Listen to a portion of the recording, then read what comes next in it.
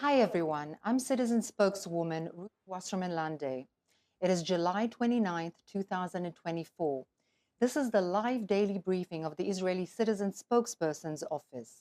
We are live on Instagram, on X, on YouTube, and on LinkedIn, and available afterwards wherever you can get your podcasts. Please start submitting questions in the chat, like and subscribe to help us reach a wider audience. Today is day 297 of the October 7th war and the Hamas hostage crisis. 2 days ago, Hezbollah murdered 12 children with an Iranian rocket. Now, Hezbollah is threatening the Jewish state with genocide. A Hezbollah member of Lebanon's parliament, yes, that's how embedded they are within Lebanon, announced it on a Hezbollah-run news site. If Israel takes large-scale military action, they said, in Lebanon, it will come to an end. Translation: Iran's proxy army in Lebanon is saying it has a right to massacre Israeli children with impunity, and if Israel defends its own people, then Hezbollah will try to murder us all. Hezbollah has 200,000 Iranian terror rockets aimed at our homes in Israel. Iran's proxy army in Lebanon is more powerful than most military in NATO. And as Hezbollah has shown repeatedly, they will use those rockets to murder innocent civilians. Hezbollah is already at war with Israel. It declared war on October 8th in solidarity with Hamas rapists and death squads. Hamas attacked from the south, and the next day, Hezbollah attacked from the north. The terror organization has launched 6,500 rocket missiles and drones from Lebanon into Israel. 60,000 people in Israel have been forced to flee their homes. And these are the homes that Hezbollah is bombing all along the border. There have been refugees in their own country for 10 months in Israel. People in Israel have stockpiled food and had been told to prepare for possible weeks with no electricity. We're tough, and we can manage if that's what it takes to be safe. But we in Israel will not accept Hezbollah's twisted logic that it's allowed to attack Israelis and Israelis are not allowed to defend themselves. Israel does not want an all-out war with Iran's proxy army. But Israel needs to send a clear message that nobody gets to murder our people and get away with this. Those calling for a de-escalation from Israel rather than from the Hezbollah are actually part of the problem. If Israel shows weakness, Hezbollah will respond with more force. Hezbollah thinks it can get away with killing Israelis because the world will tell Israel to turn the other cheek. Friends, that is its insurance policy to keep up its aggression. We reject Hezbollah's threat of genocide on behalf of their warlord patrons in the Islamic Republic of Iran, who is actually waging a war against Israel on 7 different fronts. Hezbollah must back off, or Israel will have to push it away. Israel will do whatever it needs to in order to protect all of its people. And either Hezbollah will back off and end its war on the Jewish state, or else Israel will use its force to end the war and allow our people to return to their homes. Do you know what I found nearly as horrifying as Hezbollah's soccer massacre of children?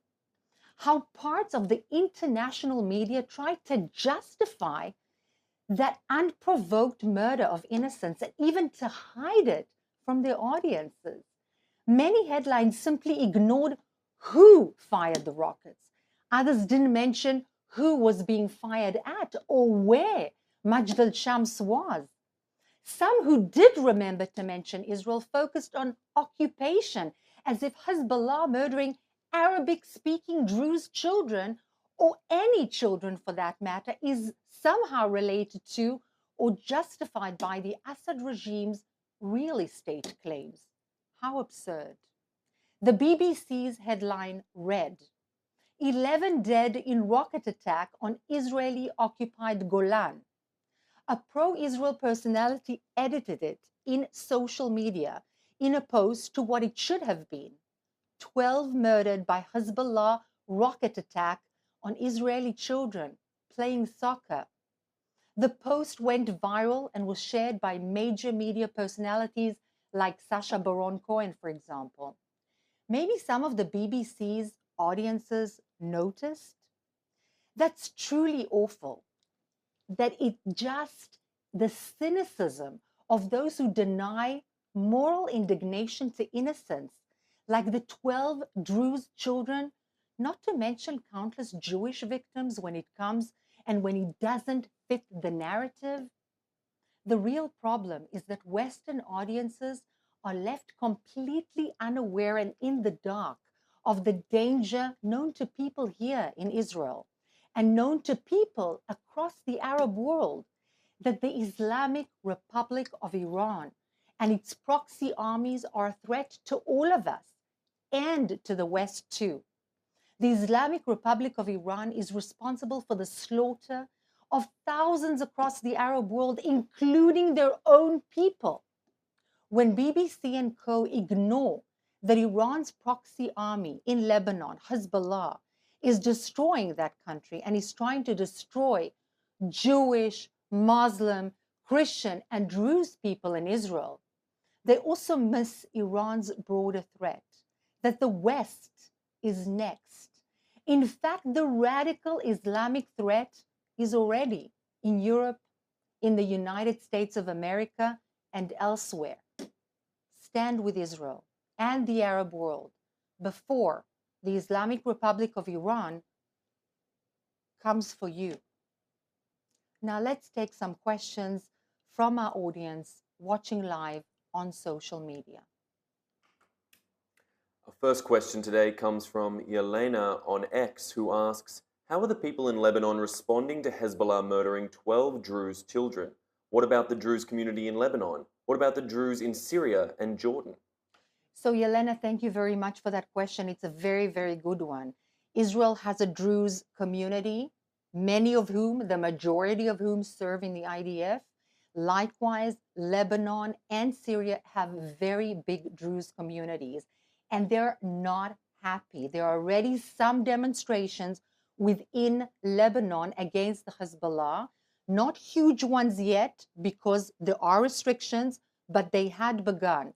And that is exactly the reason why the Hezbollah first hurried to take responsibility for the actual shooting and the killing, the massacre of those children. But as soon as they understood the PR disaster and the fact that these Druze children, because they were massacred, there will be a backlash from the population, the Druze population within Lebanon, they quickly stepped back, very unusual for Hezbollah, and they said that it was Israel's fault, which of course is completely untrue and a lie.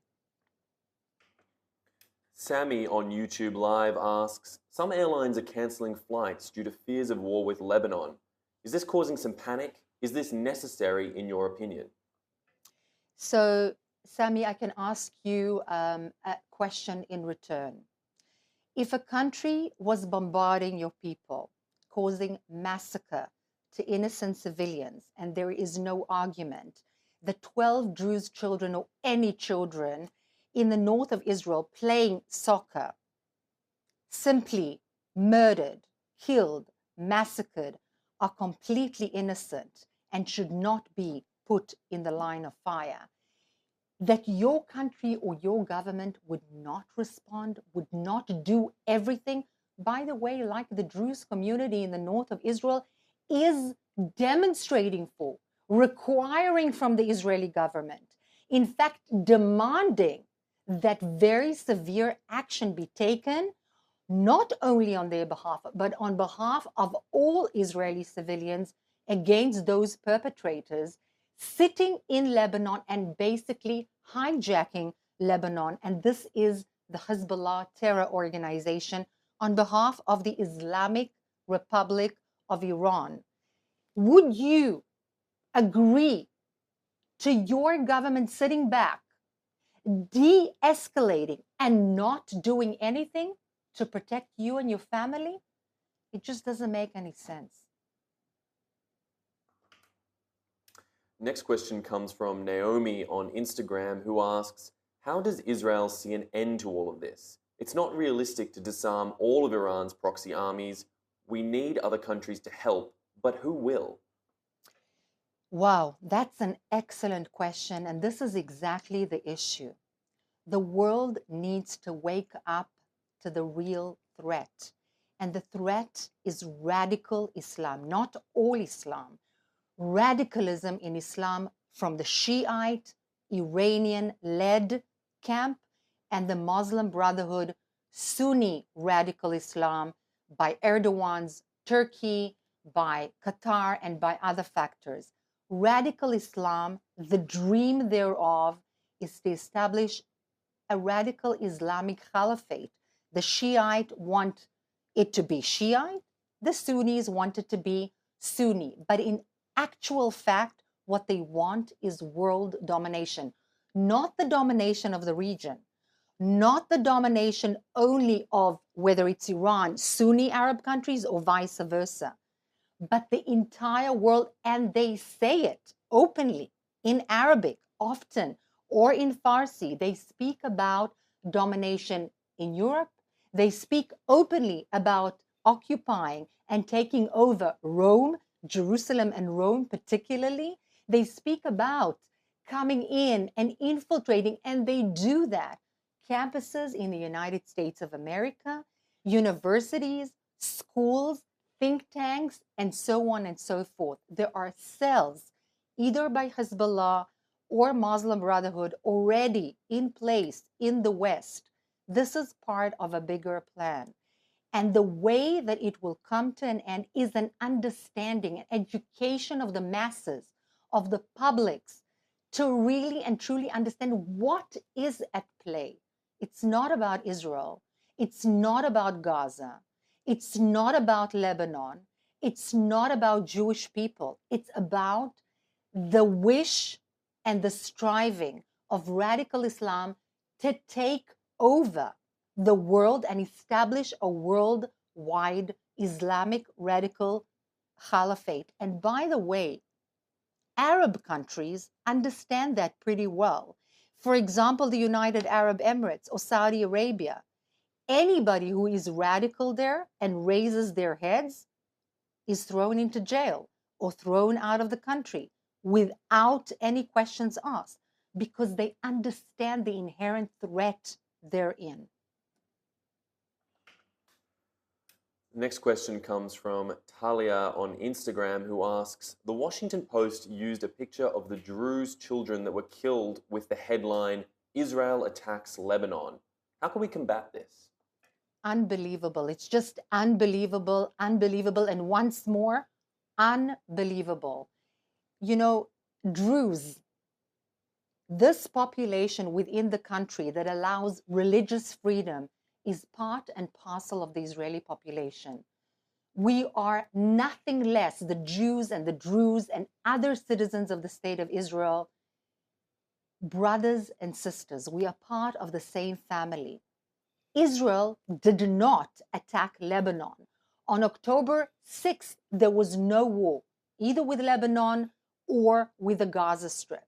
In fact, when on October 7th, Israeli civilians were heinously attacked, raped, murdered, massacred in the south of Israel, a few hours later, you had Hezbollah throwing rockets, firing at Israel's north. That is why 60,000 Israeli civilians from the north of the country are basically displaced in order to keep them safe, because that's what the country does. It tries to keep its civilians safe. And this is absolute insanity that a headline would even innuendo, would even hint that it was Israeli prerogative to attack Lebanon and attack Hezbollah, and that was the retaliation. It is not only angering, but it is disrespect to the audience that reads the newspaper and that actually takes in the news and this disinformation from that media outlet. It is absolutely irresponsible. Next question comes from Max from LinkedIn, who asks, what's up with Turkey? Has Erdogan lost his mind, or is there a, quote, method to his madness? So that's brilliant, because he has not lost his mind. His mind has been made up since day one. We just do not listen. We don't want to understand. All of us in the West, normative, more or less, people that are incapable of actually understanding the width and the length of the evil of radical Islam. And that's what he is, radical Islamist belonging to the Muslim Brotherhood. In fact, he is personally a disciple of the Muslim Brotherhood, an organization which is illegal. It's outlawed in Egypt, in Jordan, in the United Arab Emirates, in Saudi Arabia. It is outlawed. Why? Because it's radical, it's threatening, it is against stability. So he has not lost his mind. He is in the same mind frame since the beginning. Sometimes he appears to be more or less normal because of internal economic reasons. And that's why he tried to enter the European Union. He tried to come closer to Israel at certain points when his economic situation was not so great. But he is what he is, and he is what he was all the time, belonging to the Muslim Brotherhood. That was, that is, and it will continue. This ideology is embedded deeply, and to actually warn and threaten a sovereign country with war, casus belli, just like that, he should be thrown out immediately from NATO, because that is a threat to world stability, nothing less. And our last question today, a mix of a few questions from our audience members, effectively asking, for those in the diaspora community and around the world, what can we do to help combat the terrible headlines and false reporting that we've seen come out in the last few days? A lot of stuff. Write op-eds, call your Congress people, call your representatives all day long. Write letters to the media. So not all of them will be accepted, but some of them will. Call people of influence. You have friends. Some people have more influence than others. Influencers in social media, very influential people in the business world, influential people in politics. Speak to your political representatives. Educate masses. It's not easy. Not everybody wants to hear. Believe me, I know. But that's what you can do. We do have the power. People don't know. They don't realize. They don't get the information. Even many of the people who want to support Israel, they are so mixed up with so many facts. Educate people. Give them facts. Try and help them to better understand the situation. Thank you very much, and we'll see you tomorrow, same time, live at 3 p.m.